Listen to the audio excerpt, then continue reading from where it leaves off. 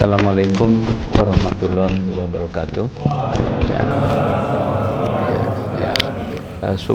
puji syukur dipanjatkan kehadirat Allah Subhanahu wa Ta'ala atas segala berkah dan rahmatnya, sehingga kami bisa menyelenggarakan acara Silatul Fikri ini, dan kita semua dapat diringankan langkah kita untuk melakukan Silatul Fikri yang semoga Allah Subhanahu wa Ta'ala menerima apa yang kita kerjakan ini sebagai amal jariah kita. Ya. Salawat dan salam kita panjatkan kepada junjungan Nabi besar Muhammad Sallallahu Alaihi Wasallam. Semoga kita menjadi hamba-hambanya yang ikut dipanggil dalam rombongannya nanti pada hari akhir. Pertama-tama saya mengucapkan mohon maaf yang sebesar-besarnya atas segala hal kekurangan yang ada di dalam penyambutan. Yang kedua, saya juga mohon maaf karena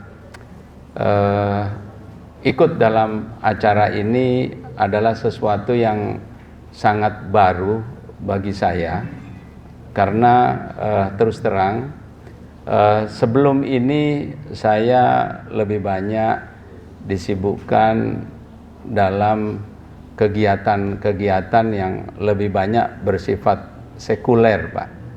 Jadi mohon maaf, baru kalau di dalam penyambutan dan tata cara berkaitan dengan etika-etika dalam agama Islam, saya masih sangat kurang sama sekali. Jadi mohon dimaklumi, Pak, karena ini masih dalam proses belajar.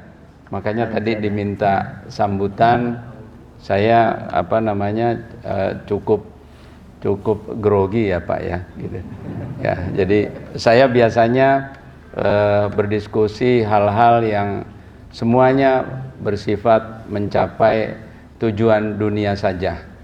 Ya, jadi dalam 2 tahun ini saya diajarkan oleh ustadz, sahabat-sahabat, dan yang paling intensif mengajarkan saya Ustadz Arifin Jayadiningrat. Jadi membimbing saya sehingga saya mencoba mengenal agama Islam secara lebih dalam lagi. Nah, terakhir syukur alhamdulillah saya dipertemukan dengan Prof. Din Samsudin yang sangat menginspirasi saya, ya, begitu kuat, ya. Jadi beliau ini beberapa saat yang lalu saya sering melihat, sering membaca, adalah sebagai ketua umum, ya, Muhammadiyah, ketua umum, Pak, organisasi Islam terbesar di dunia yang memiliki banyak kegiatan-kegiatan dari rumah sakit, pendidikan, dan lain-lain. Ketua umum, Pak, bayangkan sebagai ketua umum Muhammadiyah. Lalu begitu saya ketemu, Prof bilang saya sekarang memimpin ranting Muhammadiyah. Ya. Masya Allah, saya mencoba mencari intisari apa yang dilakukan oleh Prof. Jadi rupanya apa yang diajarkan oleh Ustadz Arifin selalu bahwa dunia itu nggak ada apa-apanya. Jadi tidak lebih berharga dari sayap nyamuk. Kalau yang saya selalu ingat tuh nyamuk, ya, sayap nyamuk. Jadi memang apa yang dilakukan oleh Prof berarti dari dulu sampai sekarang adalah memang bukan pengejar dunia, tapi bagaimana mengumpulkan amal jariah sebanyak-banyaknya. Nah, itu yang kemudian juga sebagai salah satu pendorong motivasi untuk saya tetap bertahan Karena terus terang Pak, selama 60 tahun lebih hanya berkecimpung ngurus dunia, mencari dunia dan menikmati kebahagiaan dunia, itu tantangannya sangat berat Pak. Untuk istilahnya banting setir ya Pak ya. Istilahnya itu switch on off Pak. Jadi bukan volume Pak. Kalau volume kecil besar bisa balik lagi kecil lagi. Nah ini untuk bagaimana beralih dari on ke off. Nah memang tantangannya sangat besar. Jadi saya terima kasih sekali Prof diajak untuk ikut bagaimana menyibukkan diri dan mengembalikan pemikiran sebenarnya apa yang menjadi tujuan hidup kita ini. Oleh karena itu saat kemarin Prof mengajak bagaimana kita untuk membangun solidaritas Muslim ya, yang menembus batas-batas dimensi keduniaan di dalam memikirkan bagaimana nasib daripada saudara-saudara kita. Jadi saya memang teringat beberapa hal yang saya coba hayati dari apa yang diajarkan Ustadz dan pemuka-pemuka agama, termasuk Prof Husnan ya di dalam khotbah-khotbahnya. Jadi bahwa tugas kita sebenarnya sangat sederhana. Yang pertama itu adalah diminta meyakini hal-hal yang gaib. Yang kedua adalah menggunakan rezeki yang dianugerahkan kepada kita untuk mengurus anak-anak yatim, untuk mengurus orang-orang yang fakir, yang miskin. Baru yang ketiga melaksanakan sholat. Nah jadi bahagian daripada silatul fikri ini, terus terang saya juga baru lihat barusan Pak, saya tahunya silaturahmi, ternyata silaturahmi itu adalah bagaimana pertemuan mempererat kasih sayang, mempererat persaudaraan. Tetapi ternyata ada istilah lagi yang lebih dahsyat. Silatul fikri ini menyatukan pikiran. Bagaimana kita sebagai umat Islam dapat melaksanakan apa yang diperintahkan. Yang saya pahami dengan makna yang sangat sederhana tadi adalah bagaimana menggunakan rezeki yang diberikan ya untuk beberapa hal tadi ya, percaya sama yang gaib ya. Terus terang saya baru mencoba belajar mempercayai hal yang gaib, tetapi dalam 3 tahun ini, dalam 2 tahun masuk 3 tahun ini, banyak hal-hal yang ternyata tidak bisa dipikir dengan pertimbangan manusia, tapi itu nyata terjadi. Seperti pembangunan masjid ini juga adalah hal-hal yang di luar logika daripada perkiraan manusia. Nah kemudian apa yang menjadi tanggung jawab mengenai rezeki yang kita terima? Jadi rupanya saya dapat pencerahan dari Ustadz, mohon maaf Pak saya lupa namanya, dari Ustadz Firman, bahwa rupanya rezeki itu Pak bukan hanya harta rezeki yang diperoleh Pak, tapi penglihatan, badan sehat ya Pak ya, pengetahuan yang dimiliki itu juga rezeki yang harus harus disisihkan, harus diinfakkan, harus disisihkan, harus digunakan untuk kepentingan umat yang lain. Saya dapat cerita dari Ustadz Firman ya, cerita yang menyentuh. Saya boleh ceritakan ya Prof Din ya. Jadi zaman Nabi Ustadz Firman? Nabi Sulaiman ya. Nah, jadi ada zaman Ustadz Nabi, zaman Nabi ya, saya lupa Nabi siapa. Jadi pada saat itu usia manusia masih ratusan tahun dan hubungan dengan Tuhan masih bisa secara langsung. Ada seorang ahli agama yang kerjanya itu hanya beribadah, menyembah kepada Allah Subhanahu wa taala, melaksanakan semua ibadah-ibadah yang diperintahkan, bahkan sampai ratusan tahun. Nah, pada saat sekian ratus tahun itu beliau ini menitipkan pertanyaan kepada sang nabi yang ingin berjumpa Allah Subhanahu wa taala itu untuk menanyakan bagaimana hisabnya nanti pada saat setelah hari akhir nanti, hari pembalasan. Karena dia merasa bahwa sudah beribadah sekian ratus tahun. Nah, rupanya jawaban yang diperoleh begitu kembali, nanti koreksi kalau saya kurang tepat ya Ustaz Firman. Jadi begitu dia kembali, ternyata jawaban Tuhan itu kepada beliau ahli ibadah ini, bahwa tempatnya adalah di neraka. Jadi dia kaget setengah mati, bagaimana saya sudah beribadah ratusan tahun, ya. Kenapa ditaruh di neraka? Dia nggak habis pikir. Tapi karena apakah nikmat Tuhan, ya. Jadi rupanya nikmat Tuhan melihat, membaca, pengetahuan tidak cukup dibalas dengan ratusan tahun beribadah.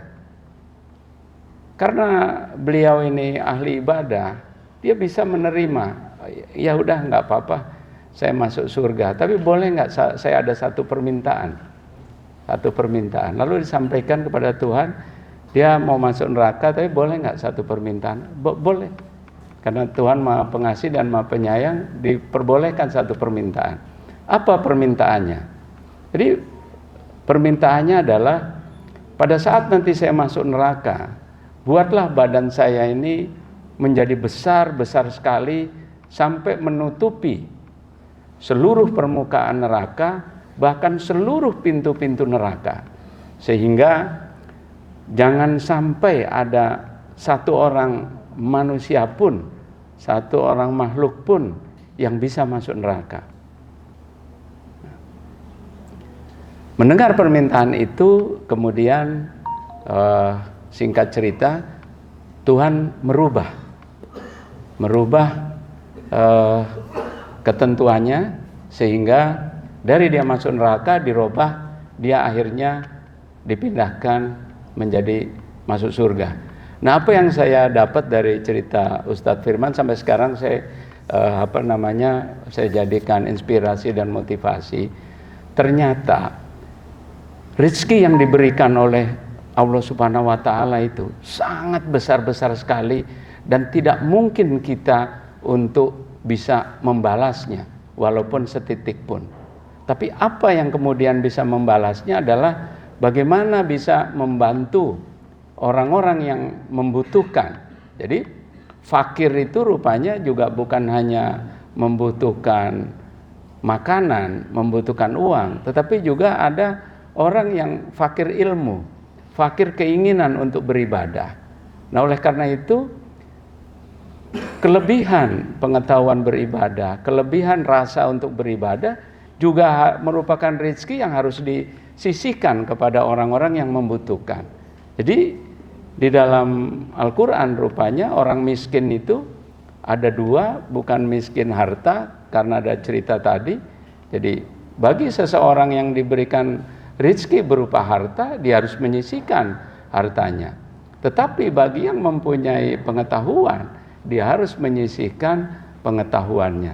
Itu salah satu yang saya ingat, dan kemudian ternyata apa yang disampaikan, hal-hal yang gaib tadi, tiba-tiba kenapa saya bisa ketemu Profesor Den Samsudin, itu juga sesuatu yang gaib, nggak pernah terpikirkan.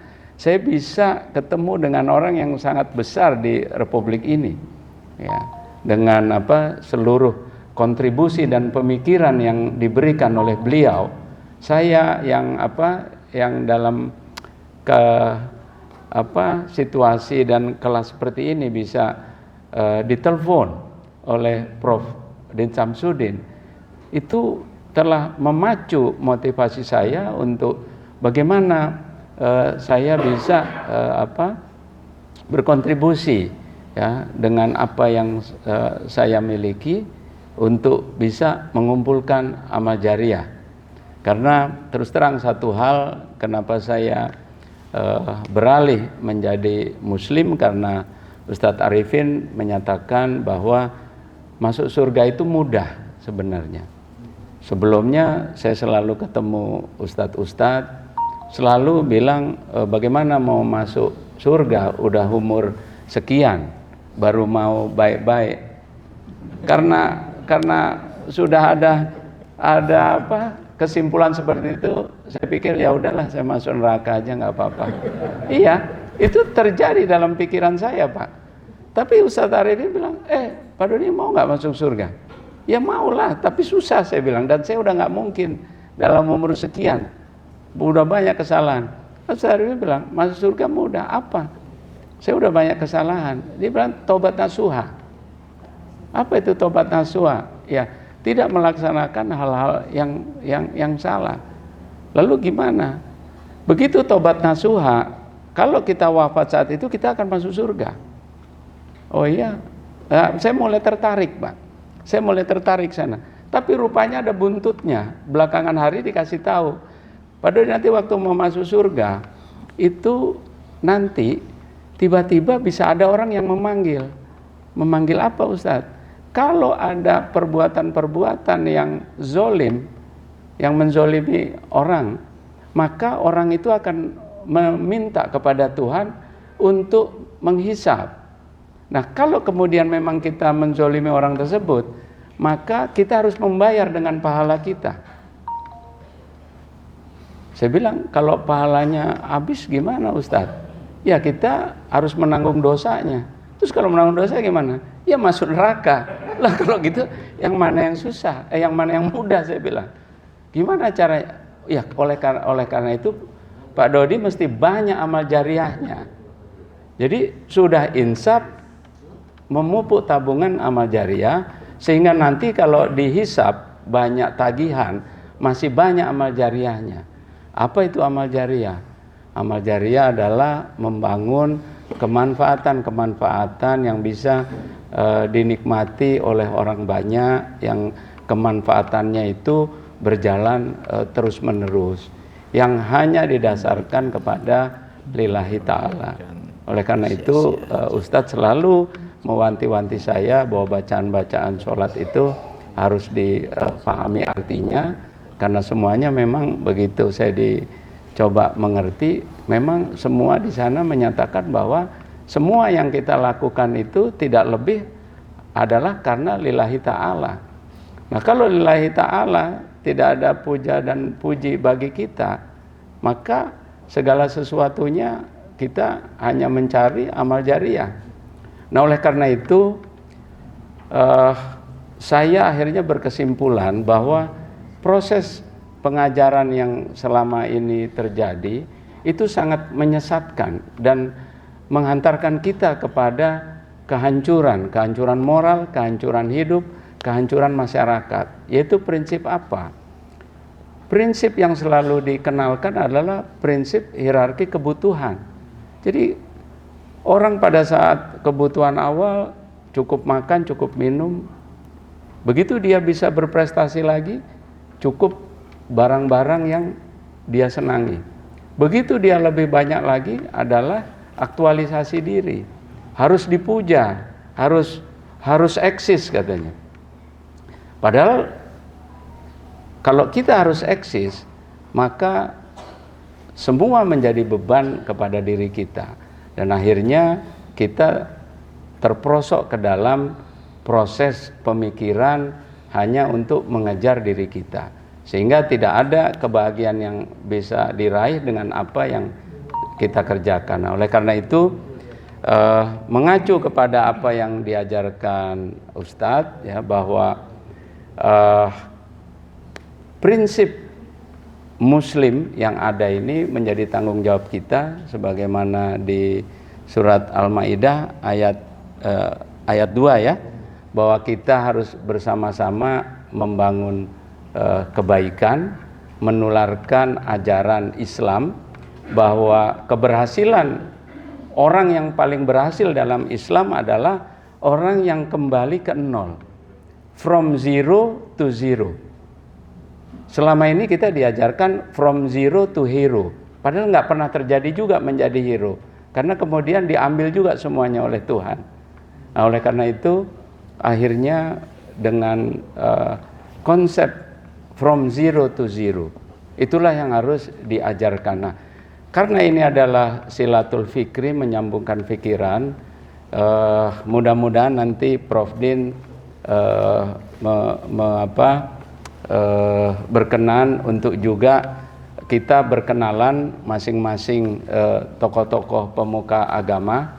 Mudah-mudahan bisa kemudian menjadi saling kenal dan kemudian bertukar pikiran permasalahan-permasalahan yang ada di sekitar kita, ya, yang dapat menjadi ladang amal jariah kita apabila kita bisa menyelesaikan. Bersyukur masih banyak masalah di sekeliling kita, ya. Kita kalau hidup di Arab, Pak, kemudian menjadi orang yang berkecukupan atau orang yang biasa pun mau cari pahala susah, karena kalau mau buka puasa banyak orang yang ingin bersedekah kepada kita ditarik-tarik, Pak. Begitu susah mencari pahala di Mekah, ya, Pak. Nah, kita bersyukur sekeliling kita banyak amal jariah. Nah, semoga Yayasan Al-Madaniyah Al-Husna sudah bertekad akan menyediakan diri untuk menjadi pendorong, untuk menjadi supporter kepada bapak-bapak semua. Jadi dengan apa yang ada di Yayasan Madaniyah Al-Husna, diantaranya kita mencetak mushaf Quran yang isinya berbeda, karena ada yang digunakan untuk sebagai pembelajaran pemahaman, ada yang juga digunakan untuk kelancaran membaca. Nah, kemudian juga kami di samping itu kami juga membangun produk-produk, ya, seperti air, ya, kemudian makanan yang kemudian itu bisa diniagakan oleh orang-orang yang hendak dibantu. Nah, kita akan berikan secara secara sukarela, ya, pengembaliannya. Dia bisa ambil, dia bisa jual, berapa dia pakai dia butuhkan, selebihnya dia bisa kembalikan. Nah, itu salah satu yang kita bisa sediakan di sini, ya, untuk bisa disediakan. Kami juga punya akses untuk mencari pendanaan-pendanaan untuk membantu kawan-kawan kita yang fakir pembiayaan, ya, anak-anak yatim yang perlu sekolah, ya, tentunya dengan kriteria-kriteria tertentu kami bisa sekuat tenaga untuk membantu mensupport itu. Nah, kalau ilmu mungkin kami masih kurang, jadi dari bapak-bapak bisa membantu bagaimana menularkan prinsip-prinsip hidup Muslim, persaudaraan Muslim, karena sekian juta masjid, hampir 1 juta masjid di Indonesia, tetapi kekuatan umat kita sangat lemah di dalam bersatu. Makanya silatul fikri juga dalam artian mempererat ukhuwah, mempererat persaudaraan. Nah, semoga pertemuan ini adalah sebagai dasar saja, sebagai perkenalan, tetapi kemudian perbuatan ke depan yang nyata saya harapkan, saya cita-citakan akan yang menjadi lebih utama, sehingga kita bisa memupuk amal jariah sebanyak-banyaknya. Mohon maaf kepanjangan Pak. Terima kasih. Wassalamualaikum warahmatullahi wabarakatuh. Ya.